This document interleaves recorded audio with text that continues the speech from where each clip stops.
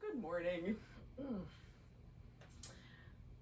let's start seated. You can sit on a cushion if you want to, or a blanket. You can sit so that you're kneeling and sitting on your heels if that's more comfortable. Whatever is a comfortable starting point. Let's take a moment just to settle into this moment. Let go of the other things we might have on our list of things to do today and just be present for a little bit. Notice the temperature of the air against your skin. Notice the feeling of settling, kind of merging with the earth a little.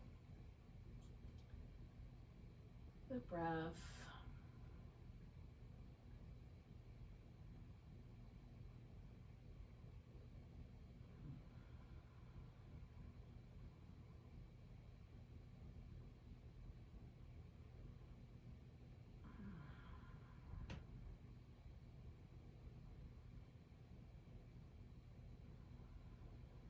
So like just sort of notice, is there any sort of pulling or tugging on my body from whatever sleep pattern I was in? Often when I first get onto my yoga mat, there's still a little sort of leftover sleeping pose in my fascia.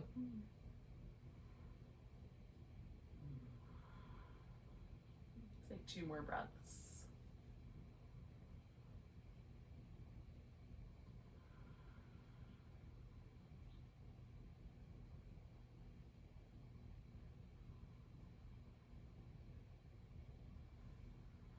Chin fall so that there's maybe a little bit of length across the back of the neck. I'm just going to let my head go a little to the right, a little to the left, sort of exploring the relationship of the back of the neck to this forward head position.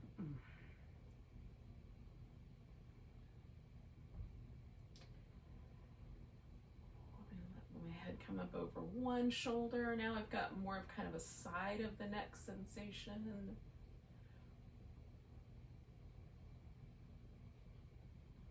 I'm just hanging out with that right side. That one tends for me to be a little bit tighter than the left. So I'll explore that one first. And go back to where I came from in the center. Notice any changes. And then roll my head over the other direction. So now I've got this other side of my neck. And again, I'm just gonna like have a little tiny bit of movement that just lets me explore that set of muscles that live right there. Now, if it's not comfortable to go around the back and let your head kind of hang backwards, you can instead explore having your head just straight up again. I'm just gonna let my head sort of loll from one side to the other. There's a spot right in the middle that feels like a little intense. I'm hanging out with more of the edges. Kind of like, oh, that muscle on either side. More than the center. All right, I'm gonna come back to the middle so that I'm as level as my head will get. And then with the chin level, I'm gonna turn my head and some other things. So looking out over my shoulder, like some movements that would be natural, normal human movement. And down, a little head tilt, looking over the shoulder. Just explore.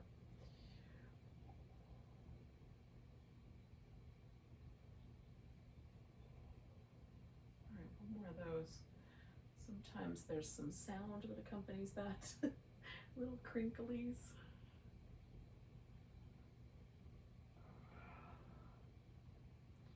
All right, and then just coming back to sitting so I can see if anything feels lighter or a little different. All right, so I'm gonna bring my shoulders up so I've got as elevated as I can get them, and then I'm gonna drop them down and kind of hug them towards my hips and then lift them up and down. I'm just gonna do that a couple more times.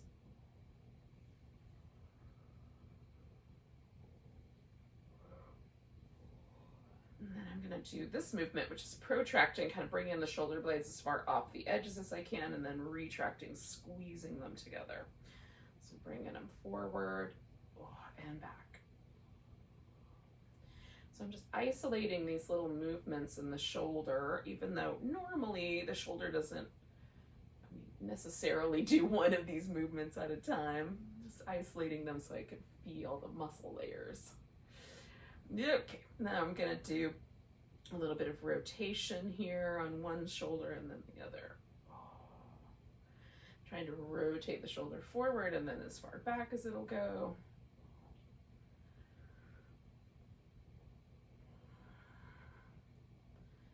Sometimes this is enlightening. I feel like, oh, it's exactly that muscle that I have tightened up in my sleep. All right, and then we'll use things a little more cohesively. We're gonna go out to the side, give it a little side stretch, swing around to the middle, maybe fold a little more, swing it over to the side, a little side stretch. We'll just go back and forth like that a few times. Second round.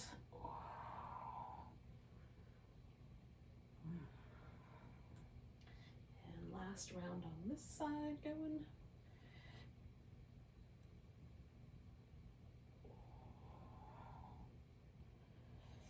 Okay, coming back to the center, I'm just gonna switch which leg is up front, which makes a difference for me. Side bend starting the opposite direction, a little forward. The other side, a little forward. All right, second round. First.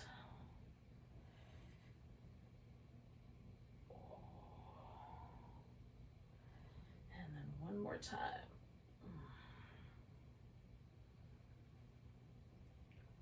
I'm going to come to the center and come straight up. Okay, a little twisting.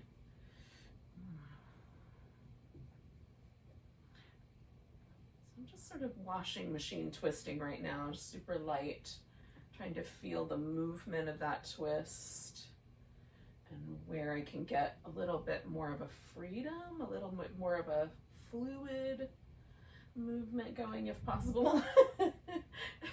Not moving like a machine would be great today.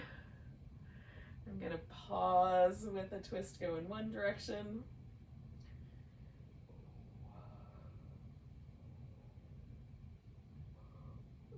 Find the mechanism that is like less on the lower back, more between my shoulder blades, less around my neck. Unwind that. I'm going to switch the cross in my legs again, give it a little fluid movement. Yeah, I'm trying to find a sort of sense of like velvety, liquidy movement. I'm always striving for velvety, liquidy movement, probably falling short, but in any case, all right, finding a twist, going the other way, and then just playing with how much I'm twisting or how little, just to feel the little teeny tiny increments of twist in each vertebral relationship. Those are big words for this early in the morning for me.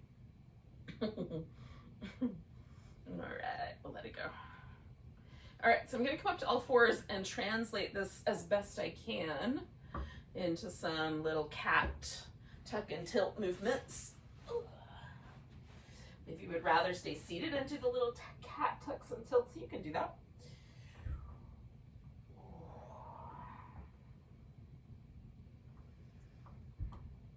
Again, kind of seeing, can I move in a way that feels really fluid today, that feels loose or liquidy, lubricated. One of the nice things about warmer summer weather is that usually there's, for me at least, a little less feeling of stiffness of movement than I get in the colder weather.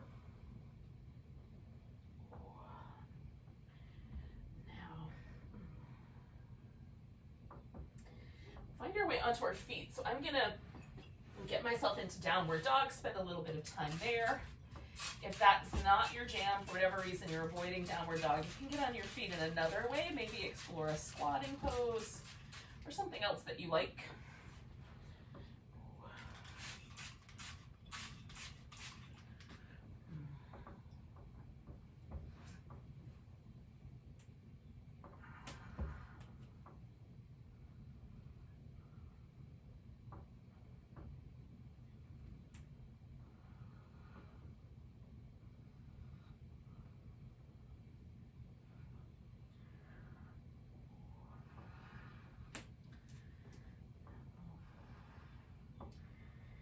Eventually find your way onto your feet if you haven't already.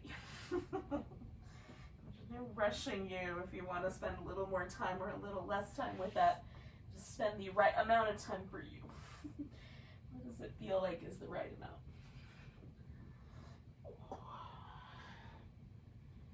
Of time transitioning between sitting and standing.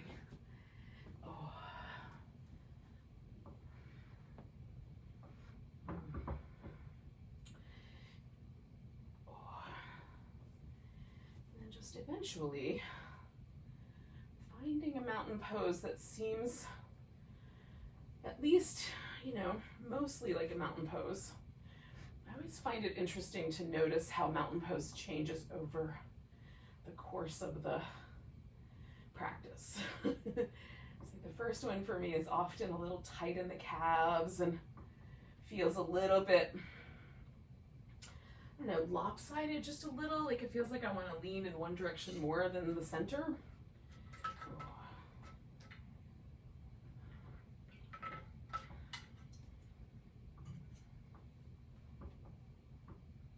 Let's do 2 more breaths.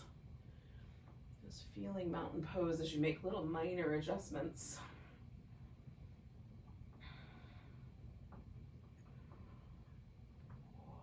If you still need more time, take it and join me when you're ready. Otherwise, we're going to take a little stretch up. I'm going to grab my right wrist, give it a little stretch over to the left. Coming back, I'm going to take a chair pose. And then bringing my hands down to my heart, I'm going to sink in just a little bit more and twist towards the right. That's about all I'm going to do, but if you want, you can bring your left elbow around your knee.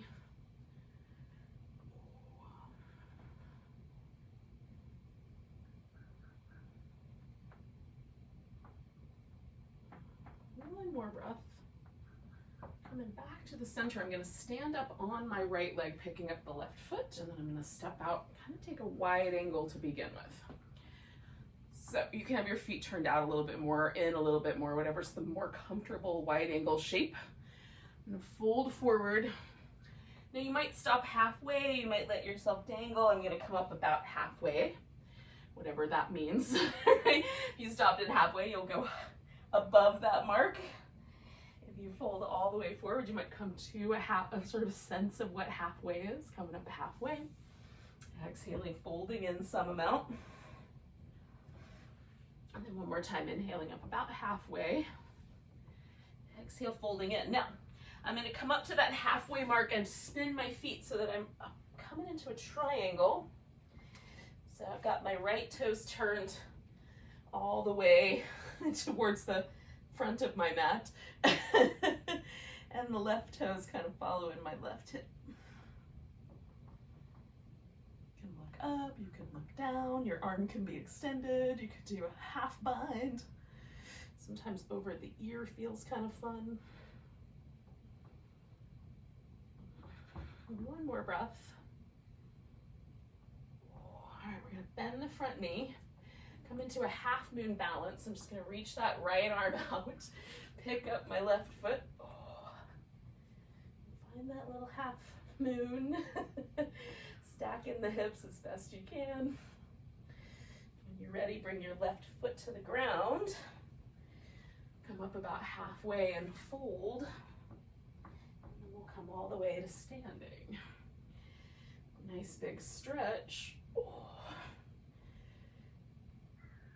Grabbing the left wrist, giving it a little stretch over to the right. Coming back to center, finding a chair pose. Hands to the heart, a little deeper chair, twisting to the left. Sinking in a little, maybe.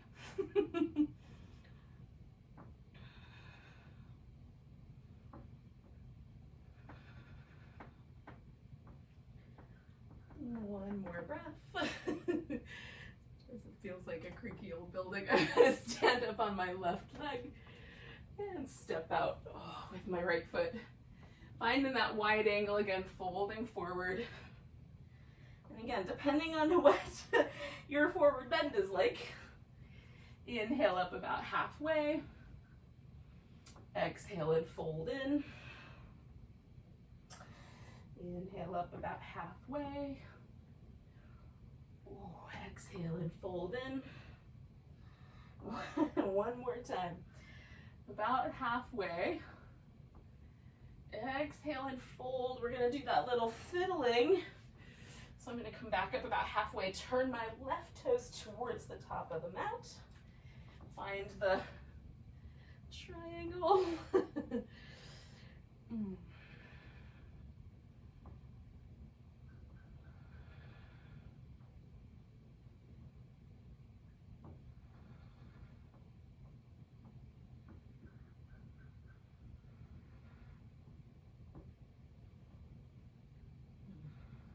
One more breath here. All right, I'm going to bend my knee, reach out with my left hand and take myself up into my half moon.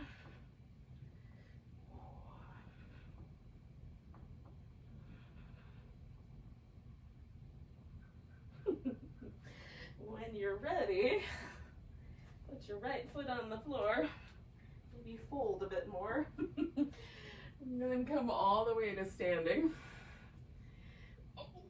Give it a big stretch. And then find the mountain pose again. And just for fun, has mountain pose changed? Or have you changed? Has your mountain eroded? Rebuilt? So we'll take a big breath, reach up. Grab the right wrist, we'll stretch to the left. Finding a tree pose, standing on the right leg. If you have another favorite, you can do that instead.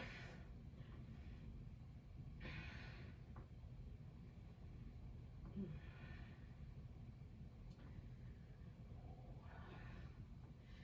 right, I'm going to pick up my left leg, step back. I'm going to find a warrior two that works for me. Once you've got that, you can go through a little series of these back and forth, like a reverse warrior and side angle moves. So make sure your hip likes you, or likes the position you've put it in anyway. One more of those. And then I'm going to spin around so I can do a squat. I might need to adjust the distance here between my feet. And then I'm going to spin my feet around toward the back of the mat so I can find that warrior two shape again. And do the opposite side of these little reverse warrior.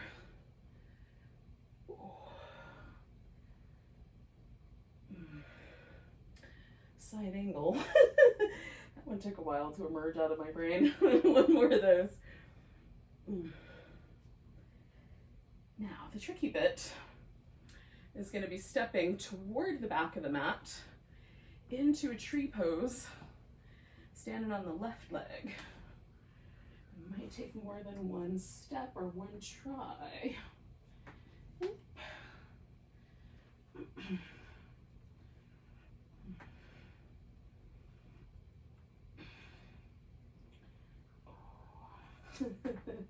Putting your right foot on the floor, we're going to grab that left wrist, we'll stretch over to the right.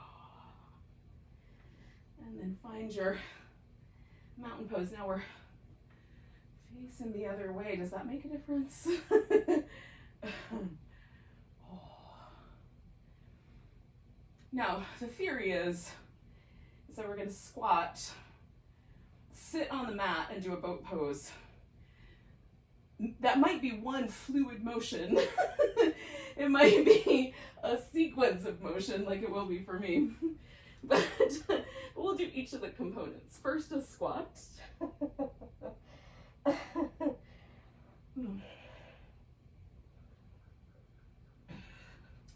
Then sitting. And then a boat pose. Oh, maybe some little lifts of the leg. 10, 9, 8, 7, 6, 5, 4, 3, 2, 1. Now, I'm gonna do, once I come down to the center here, I'm gonna do like a double pigeon where I put the right leg up on top and then I'm gonna put my left leg up on top. You could do a regular pigeon in place of this, or a reclining pigeon, should that feel like a better option for you. So I'm gonna first take my right leg and do a little rock the baby. And then snuggle it into place here on my left. Oh. Use props in whatever way feels inviting.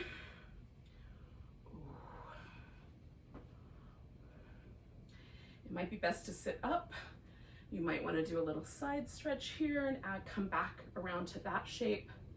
I'm kind of folding just the tiniest amount from my hip. Just, it takes that amount of folding today to feel my right outer hip gently, ever so gently, being tugged on in a very particular fashion.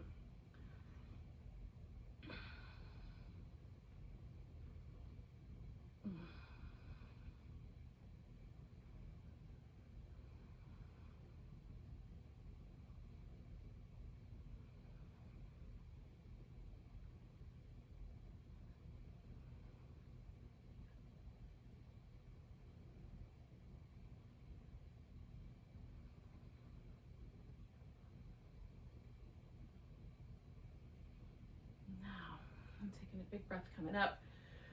You can, if you were doing a regular version of the pigeon, you can bring that back leg around and set that up so that that becomes the leg you twist towards. I'm just going to take my leg that's up on top here, put the foot on the floor, and then twist in that direction.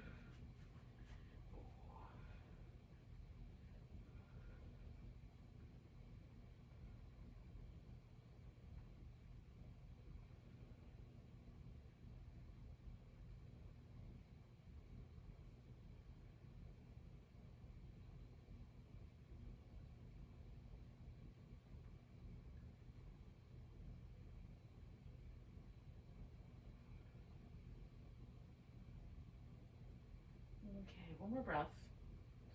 And then coming out of my twist, I'm gonna undo both my legs, give them a little shake out. And then I'm gonna take the left one, rock the baby. And if you're doing the regular version of pigeon, just a transition at this point into your regular version.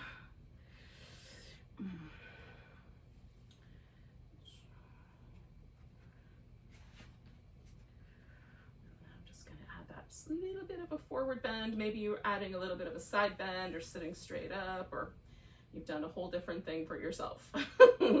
Whatever that thing may be. I'll try to settle in. I'm trying to sort of let my hips release into the floor. Sometimes I find myself almost like I'm on a bed of nails when I get into an intense stretch where my whole body tries to lift itself up out of the pose. I'm trying to find that sense of sort of the balanced action of using my muscle to create the shape. So in this case, I'm kind of drawing my inner thighs towards each other to hold this little double pigeon square shape with my legs. but also releasing the muscles that don't need to work to make that happen. So my jaw, my upper back, that sort of thing.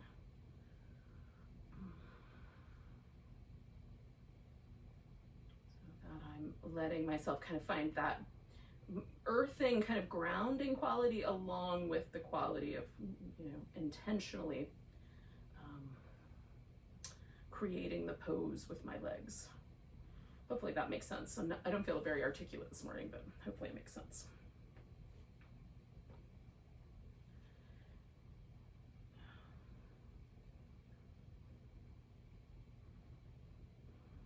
Okay, I'm gonna take one more breath. And I'm gonna inhale my way up, adjust the leg for the twist. And again, that might mean you're bringing your leg around from behind yourself.